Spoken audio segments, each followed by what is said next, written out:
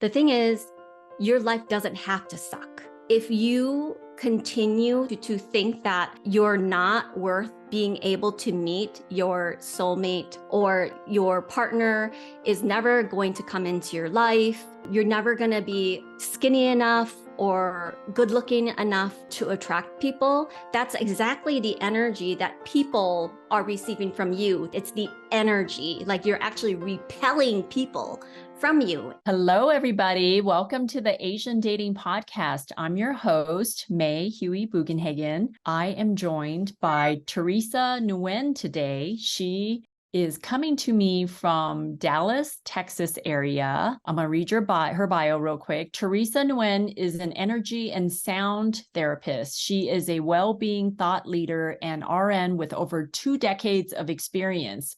Teresa is a catalyst for transformation. Through her transformational healing retreats, women's empowerment events, and sound bath sessions, she taps into her unique ability to help you break free from fear and release blocked energy, enabling you to discover inner peace, joy, and fulfillment. That is quite an introduction. Welcome to the show, Teresa. How are you?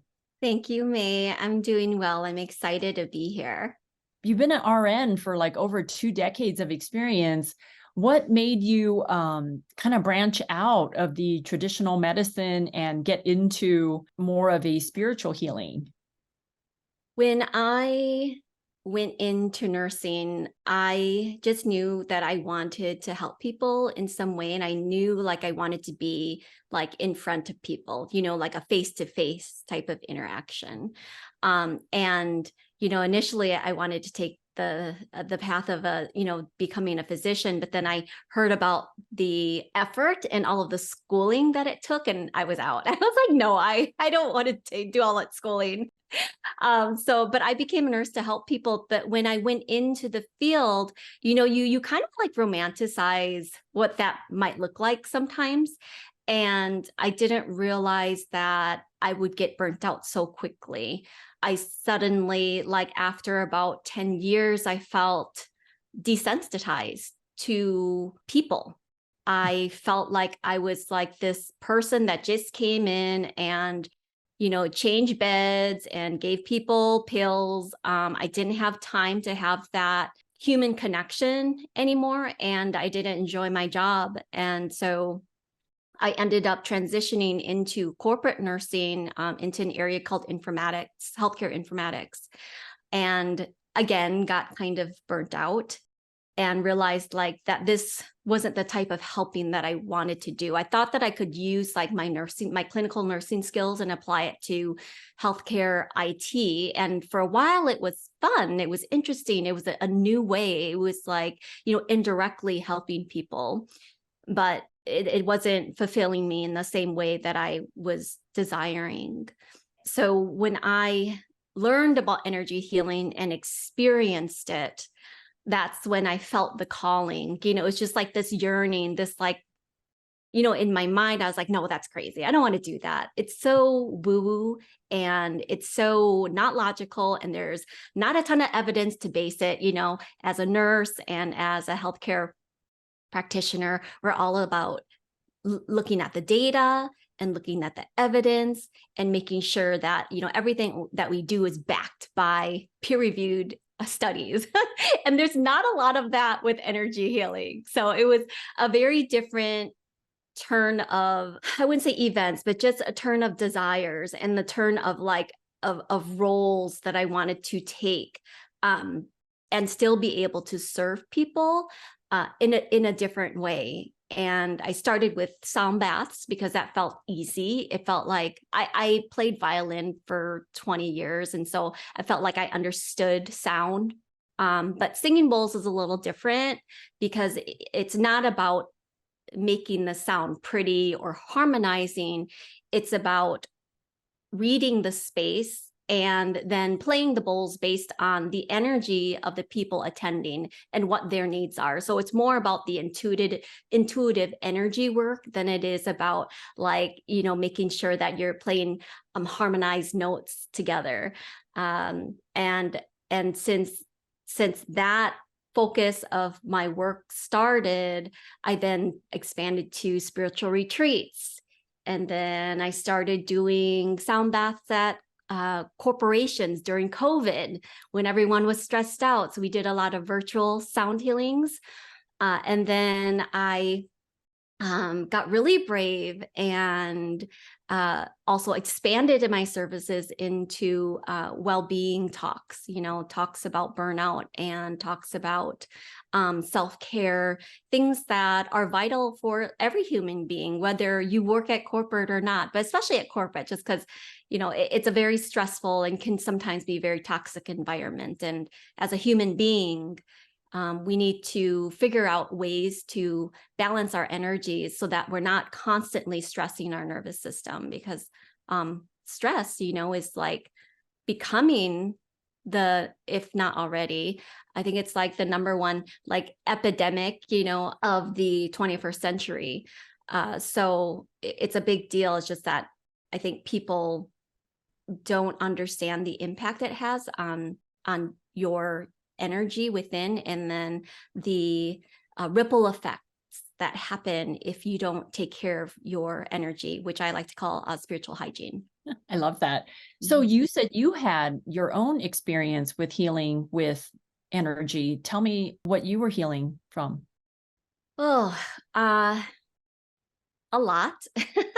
I feel like it was like I didn't know that I needed it. And then once I felt the feeling of release, I went and dug further into it. So the initial exposure or experience to the healing was simply a session I had. Oh, this is perfect timing. It was at a Halloween haunted house seance, kind of like a seance, because there was a medium there. A medium is somebody who is able to speak to past loved ones and communicate messages to you. I went with a friend. I had no idea what to expect. I just thought it would be fun. And when it came to my turn, he shared with me all these surprising information. He told me, and this is like 10 years ago, he told me I was going to be a healer. He told me that I was going to be using modalities that my ancestors were not able to use in their lifetime. So what happens is those gifts get passed down from generation to generation until the one person is willing to like use it. And when you use it, it creates something called ancestral healing. And ancestral healing, like it can happen in an instant. It's not like this huge,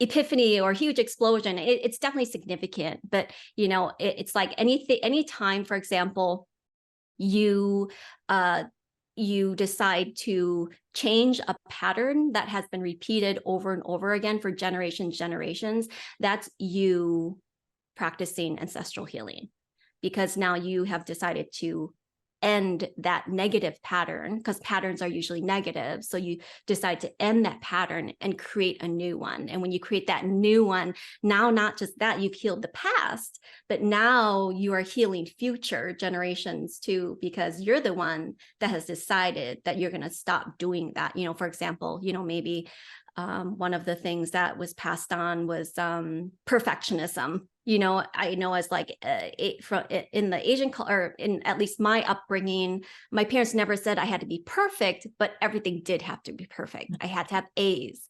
I had to behave perfectly. I had to be like this perfect Asian woman. And I don't expect that of my kids anymore. I think in the beginning I did, because I didn't realize the pattern and the pressure it puts on them. And really all they want is acknowledgement and love. And so now, not now, but it's been, 10 years. Yeah. Where I was like, okay, I'm not going to continue this. This isn't healthy for my children. This isn't healthy for any human being. Of course, there's expectations, but it's not perfection. I don't expect the A's. I expect them to do their best, whatever their best is. And that's good enough. And And so, yeah, it's just like this realization of, oh, I have a bigger purpose, and acknowledging that, and then going into that at, like, it's almost like this new reality now. You see the world from a different perspective. And when you do that, when that happens, you start seeing things that don't feel right to you anymore. And when you change for the better, that's you healing. And so that's kind of how it started, through that Halloween seance. So when you met with this medium, he said that you're going to do something with healing. And what else did he tell you that made you believe, wow, there might be something there? Yeah. So he said that I was going to heal generations, past, present, and future, and that I was going to be a powerful healer, but that I didn't have to do anything. Like, I didn't have to go and like search and understand and learn specific techniques, that it was just going to happen. And, you know, he said your spiritual journey and your human like journey will merge. So when I say, let me clarify a little bit. When you are on the path of spiritual awakening, and you start to understand like who you are as a soul, and now I'm stepping into my power and becoming this energy healer, and I'm expanding, and I'm holding retreats and all of that. Simultaneously, I'm working my corporate job at the same time. And he said that it's not going to be like one day you're going to quit. Right. It's going to be one day it's going to merge. And I still don't understand what that is, but it's funny because multiple people have told me that, but it's like, so you don't know what the answer is. And sometimes you shouldn't know what the answer is, because there are so many things that need to happen before whatever that merging for me looks like. So I'm still waiting for that merge.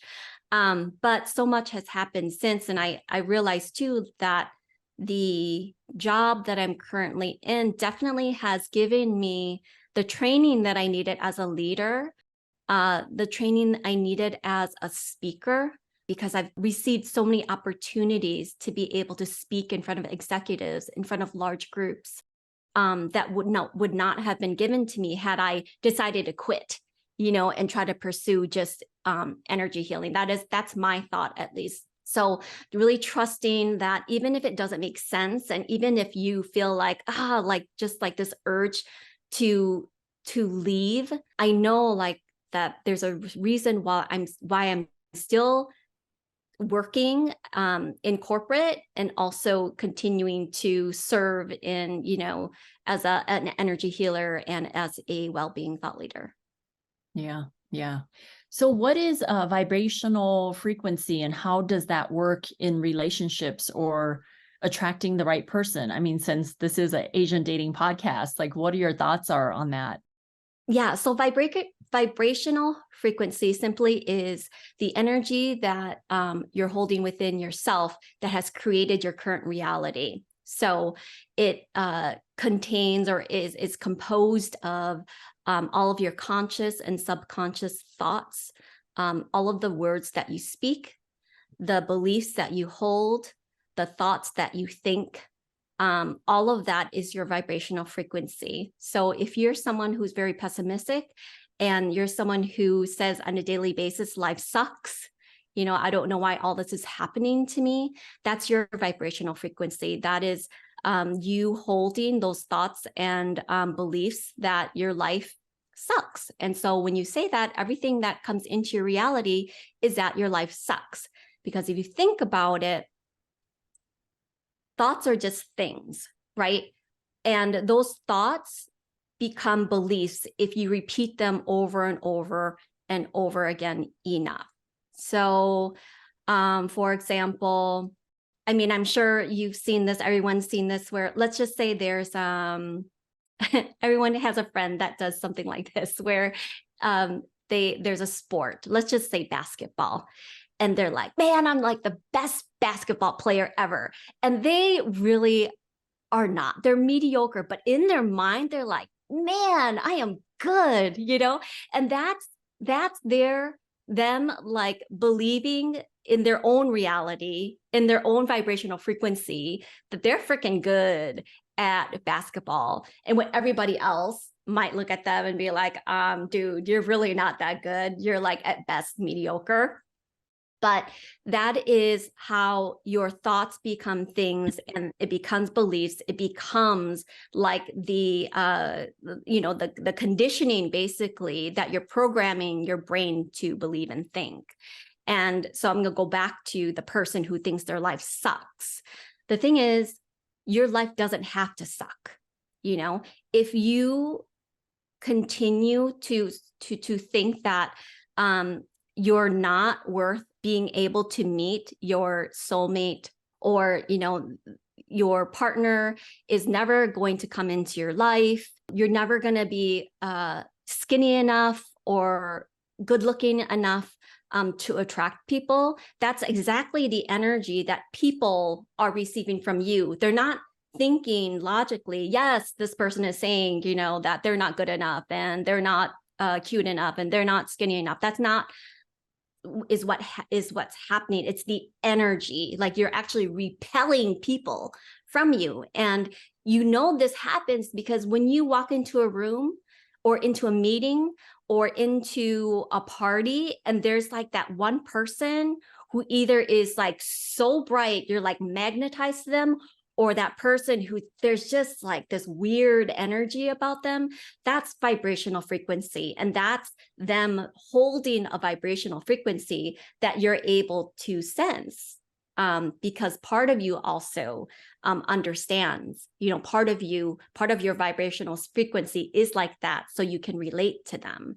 And then, the other person who has like such a bright frequency, that's just anybody who has a high vibrational frequency can be felt by everybody, because they're so big. They're holding their energy so big that it's almost like they want people to see their presence, because they're that confident, because they're that confident in their worth, in knowing what it is that they not just want or that they desire, but that has been given to them as a birthright. Like, our birthright is to be happy. But there's a lot of stuff that has happened in the womb and in our childhood and in our ancestry and in our life that has created false beliefs and illusions of something different. So are you saying that if someone wants to find the love of their life or find a soulmate, that they need to say, gosh, I'm so great, I'm going to find her soon, or I know she's just right around the corner? Like, you're just sending positive frequency versus being like a Debbie Downer. Yes. And it's not as simple as it sounds, not quite that simple, but yes, that's a start. So when we are, there's a teacher, their name is Abraham Hicks. And Abraham Hicks talks about you're in the canoe, and you either can use the oars to go against the current, or allow yourself to just flow downstream. And so when we say those negative things where we're repelling, that is us going against the current. Mm-hmm. When we say things that allow us to feel better and closer to what it is that we want, that is us flowing downstream. So let's use some examples. So if I, broke up with a boyfriend a couple of years ago, still have not found a match, I might say to myself, God, what's wrong with me? Why am I getting all these lame guys? I'm never going to get married. I'm never going to have kids. I'm going to be, growing old and lonely. So instead of those types of things, you could say to yourself, I know my soulmate is on the way to me. It sounds easier. Okay. I know he's on the way to me. I know that there are things that are in my control to improve the way I feel about myself. I know that I'm worthy of everything that I desire. I know that I deserve better than what I had before. And these are, I like to tell people it's not like forcing yourself to think it, but you're saying words to yourself to make you feel better. And when you make yourself feel better, that is raising your vibrational frequency. And I might get the argument too that, well, that's all fake. Well, then say something that is nice, but feels sincere to you. You don't have to use my words, use your words. What would feel nice, but still realistic? It's just something better than what you've been saying. And that is when we are able to go downstream and allow, our vibrational frequency to raise our vibrational frequency and to kind of let go of those other sort of heavier, denser emotions and feelings. That's at the same lines of saying, I am battling cancer. I am fighting this disease. So instead, I would say, I'm healing from this disease. I'm allowing my body to heal, and I'm gracious for that. And I appreciate all of the great things that are happening to me, instead of being so negative and so like combative with your thoughts, right? Yes. Yes. And, one of the factors that affects that is what do you listen to? What are you listening to in your ears? So whether it's like social media or podcasts, what are you watching? Who are you surrounding yourself with? I tell people after a cleansing to abstain from social media, abstain from anything that's not joyous, because right now your vibration is so high. You don't want to bring that down with sort of like the muck that comes with social media and like, the podcasts that are the horror, like, oh, who killed blah, blah, blah. I don't know, all those gory things. Like, you just want to stay away from that for a while, because right now your energy field is clean and you're bright, so use that energy for like, as momentum for the things that you're trying to attract, the things that you're trying to create, even because when you have a higher vibrational frequency, you can, like me right now, you can tell my energy is up. When you have, it's like you have energy, and when you have energy, suddenly you get ideas and thoughts, and you're like, okay, this is good. This is something I might be able to do. And it's just all these new phases of creation and new ideas. And so many things can flow in when you increase your vibrational frequency. Yeah, I agree.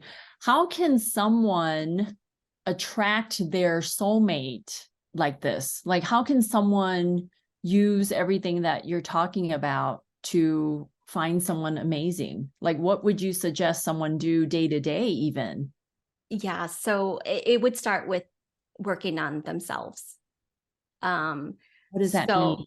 So go within and figure out why is it that you want to find this person so bad? Is it because you're unhappy? And if it's because you're unhappy, finding your soulmate is not going to solve the problem. If it's unhappiness, you need to figure out why you're unhappy and how you can fulfill that within yourself, and not seek somebody else to solve that for you. I see that in a lot of relationships, and even the ones that I have been in the past, where I felt like, if I could just have a boyfriend, I would be so happy. But then I had the boyfriend and I still had most of the same problems. And then when the boyfriend left or we broke up, the problems were still there too. So it's like, why do you want this soulmate so bad? Figure out that first, and then figure out, how do you achieve that for yourself within your own power first. And I always tell people, therapy is like the best thing that you could do for yourself, because the job of the therapist is to uncover for you. They'll ask you questions. And as they ask you questions, you kind of pause and you realize, like, you're like, oh crap. Like, one, no one's ever asked me that. And two, I never realized like that's what I was doing, or that's what I was thinking, or, that's what I was how I was raised to believe. It was just normal. It was the normal. And so not to say like therapy is, the solution, but the solution is really, or the next step for you really is to go within yourself and figure out what it is that you want. And all of those things that you want are the things that you can give to yourself. And when you've figured out how to do that, then you find your soulmate, because then you've done the healing. And you know what? When you have done the healing, your freaking vibrational frequency is so high, you're going to find somebody else who has healed too. And so then that makes you a beautiful pair. You don't want to find someone to heal you. That's gross. That's not good. Like, it's not a good match. You want someone to be at the same vibrational frequency so you guys can live in harmony, right?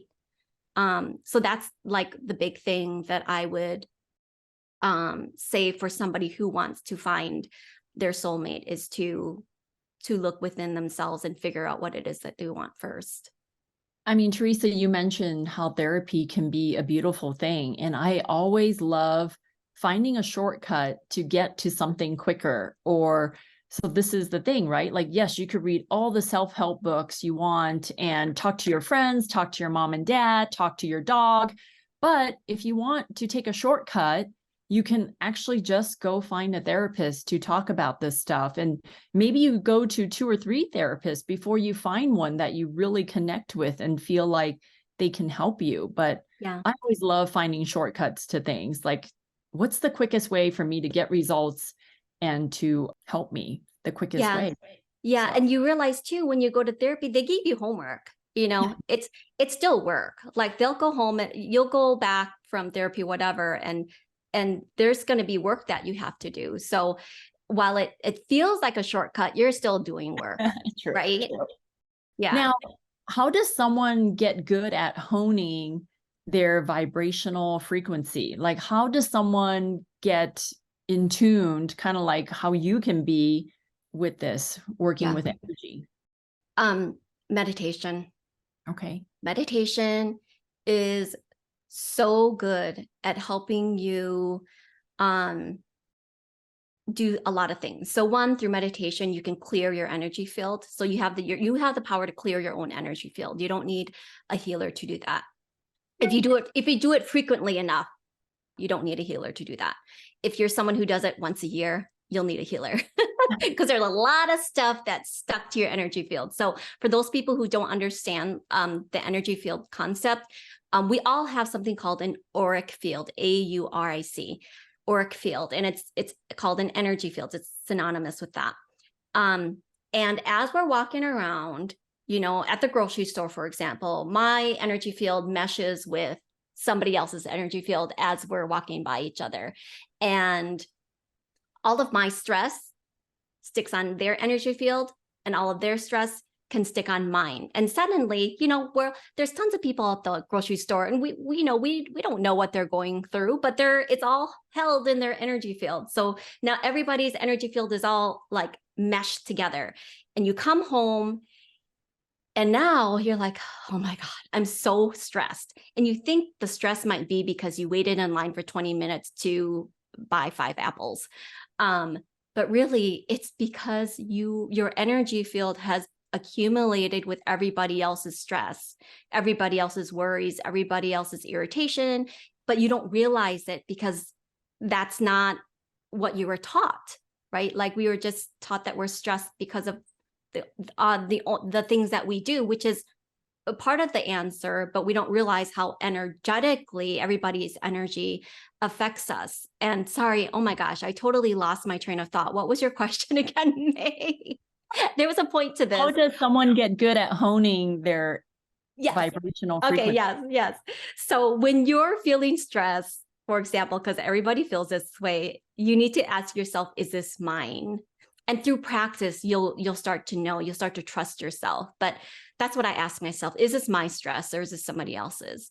And if it's my stress, then I have to figure out like, why is it I'm feeling this way? If it's not my stress, I know how I can clear it. So I can do it through meditation, as we were talking about.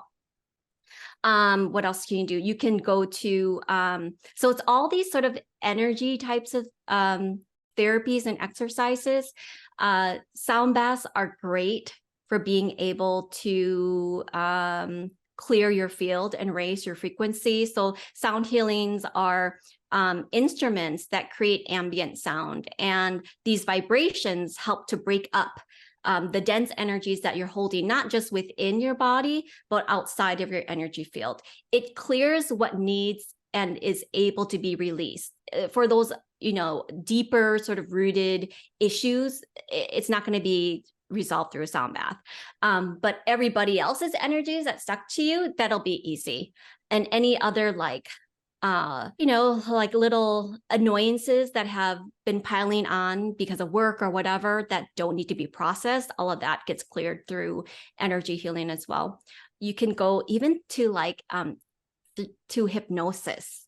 Hypnosis is also a really great way to change the patterns and also help you realize afterwards the patterns that you're repeating and becoming more aware of not doing it anymore.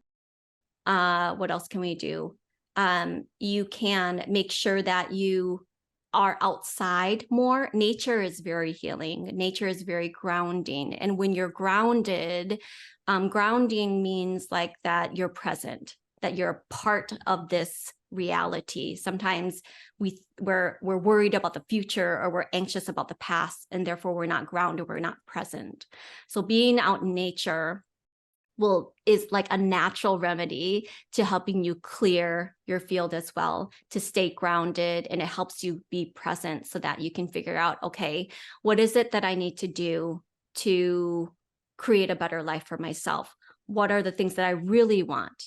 What's important to me, and where is it that I need to change so that I can create the best life and attract, my soulmate, my soulmate. So what would you suggest for someone who just is getting started with meditation? Like, should they meditate to Abraham Hicks? I know all of her stuff is like 15 minutes or so. Like, do you suggest that? Like, that just something you do daily and just tune out and relax your mind? Yes, anything that works for you. So meditation basically is allowing you to stay still, and it's allowing you to just be in your body. It's not a time for you to go to outer space or to travel, somewhere. It is actually for you to be aware.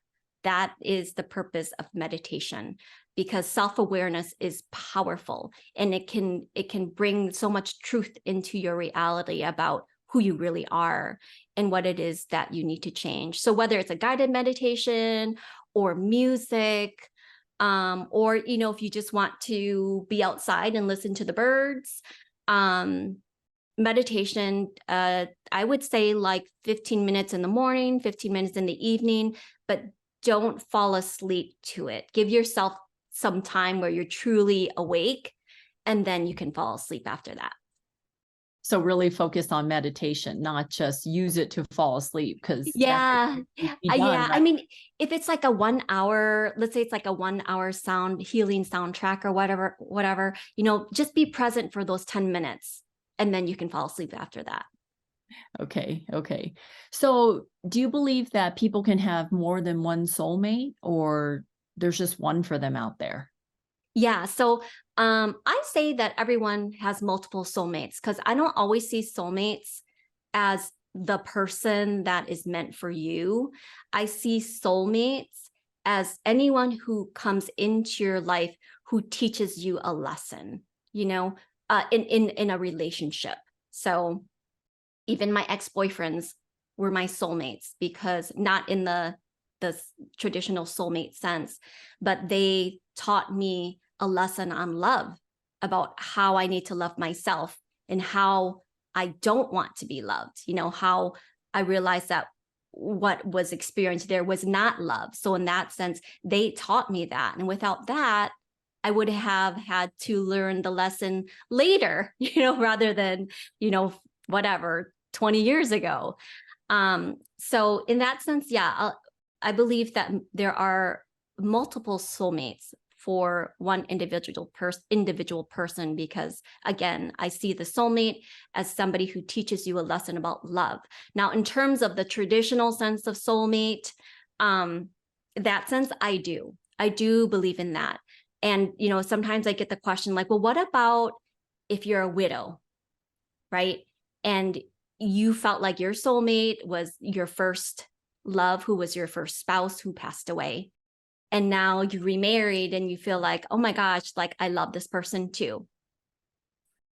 I believe that when you pass on, when you have died, that you will always have that one single soulmate, like true soulmate, that you have, that your souls were meant to be together forever, after you've passed. But in this lifetime, you can have multiple soulmates. I love it. I love it. Well, Teresa, what are you working on next? Like, what is going on with your life, and is there something you want to share with the audience about how they can get in touch with you to work with you, or your next retreat? Yes. Tell us a little bit about that before I let you go. Yes, thank you for giving me this opportunity to share.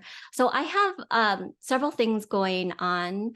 I will be doing a virtual online healing sessions. So those are very affordable. They're like anywhere from $11 to $30. And then I have more premium priced services where I host and facilitate transformational healing retreats. And we do a lot of releasing and healing in a very condensed period of time. And those are truly transformational and life-changing. People leave the retreat feeling like a completely different person and very empowered to take control of their life and start to take the path of their life purpose. And then the other thing that I'm doing and would love to connect with people about is I am a well-being thought leader and speaker. So if your company or your organization is looking for engaging topics and speakers to motivate and to empower your employees, helping them to understand, you know, that they're not just a worker, but they're a holistic being who needs to understand how to balance life in all the ways, I would love to connect with you.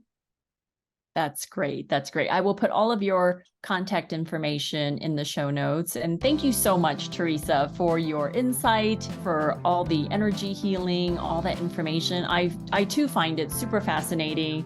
I totally believe in mediums with, you know, I love meditation. I do it daily. I love Abraham Hicks. Love Joe Dispenza, all those key players out there, but just, yeah, meditation is great. I actually didn't start meditation till probably like 3 years ago. So it's still rather new for me, but sound baths, I love those. I thrive in them. There is one in Colorado Springs that I've been to, and, you know, I've taken some friends there and things like that. But yeah, all this stuff is great. Healing is great. We just need to have less stress in our lives, and, you know, talk about getting the negative people out of your life too, right? Like you don't want that energy, and that's why people say, yeah, just get rid of the negativity. So yeah, thank you so much. And for the listeners out there, I would love to connect with you. If you are an Asian woman who's looking to date a great guy, please fill out a profile with me at 2asianmatchmakers.com. I can't set you up if I can't find you. So please register with me and subscribe, like this video. I would appreciate any comments you have, and I would love to answer them. So thank you very much. Thank you, Teresa, and have a great rest of your day. Bye, everybody. Bye-bye.